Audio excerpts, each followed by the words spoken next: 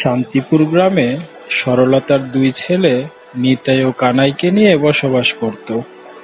সরলার বাড়িঘর, টাকা পয়সা কোনো কিছুরই অভাব ছিল না, কিন্তু তার দুই ছেলে নিতাই ও কানাইয়ের বিয়ে হচ্ছিল না।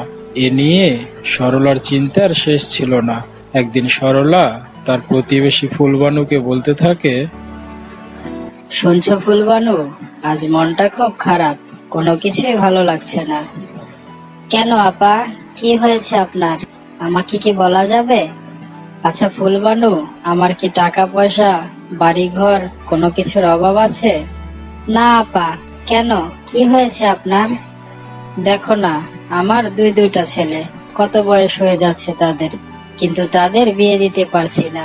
কোনো মেয়েকে তাদের পছন্দ হচ্ছে না।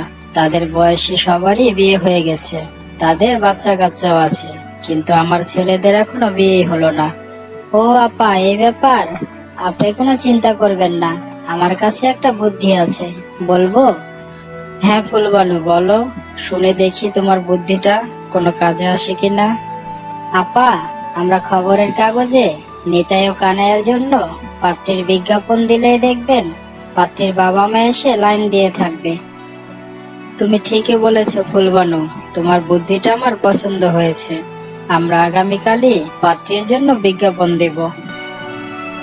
পরের দিন সরলা তার ছেলেদের বিয়ের জন্যে খবরের কাগজে বিজ্ঞাপন দেয়। তার একদিন পরেই মায়া নামের একটা মেয়ে আসে সরলার বাসায়।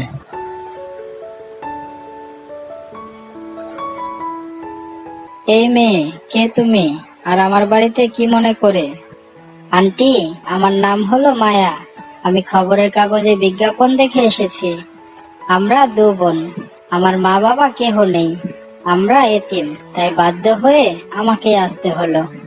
আমি আপনার ছেলেকে বিয়ে করতে রাজি আছি। আমার ছোট বোনও বিয়ের উপযুক্ত।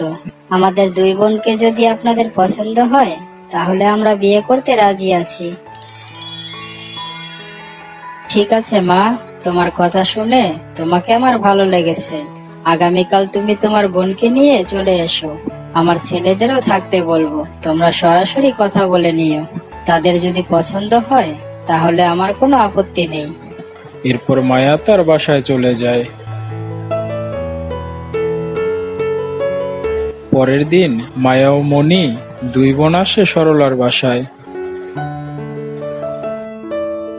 সরলা তার দুই ছেলের সাথে তাদের দুই বোনের দেখা সাক্ষাতের ব্যবস্থা করে দেয়।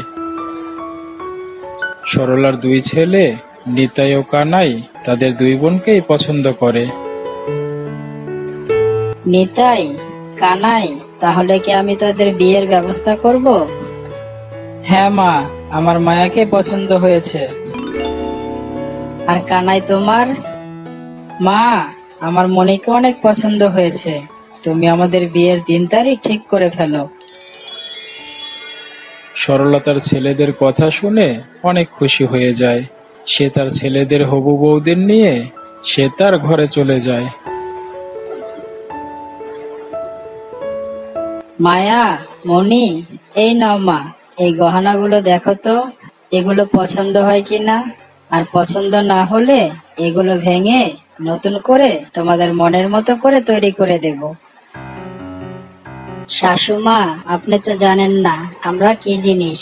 আর তো মাত্র কয়েকটা দিন, তারপরেই আমরা দু বোন আপনার সব স্বর্ণ গহনা আর টাকা পয়সা নিয়ে হারিয়ে যাব। কি হলো মা, কথা বলছো না কেন? না না মা, এগুলো তো অনেক সুন্দর গহনা, এগুলো ভাঙার কোনো দরকার নেই, এগুলো আমাদের পছন্দ হয়েছে। মায়া, মনি, তোমাদের মা বাবা থাকলে তাদের সাথেই কথাগুলো বলতাম, যেহেতু তারা কেউ নেই তাই তোমাদের সাথেই বলি।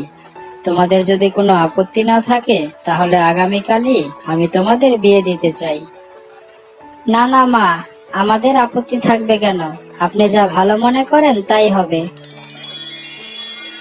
পরের দিন নিতাই ও কানাইয়ের বিয়ে মায়া ও মনির সাথে অনেক ধুমধাম করে হয়ে যায়। এরপর কয়েকদিন পার হয়ে যায়। একদিন সুযোগ বুঝে মায়া ও মনি সরলার সব স্বর্ণ গহনা আর টাকা পয়সা নিয়ে হাওয়া হয়ে যায়।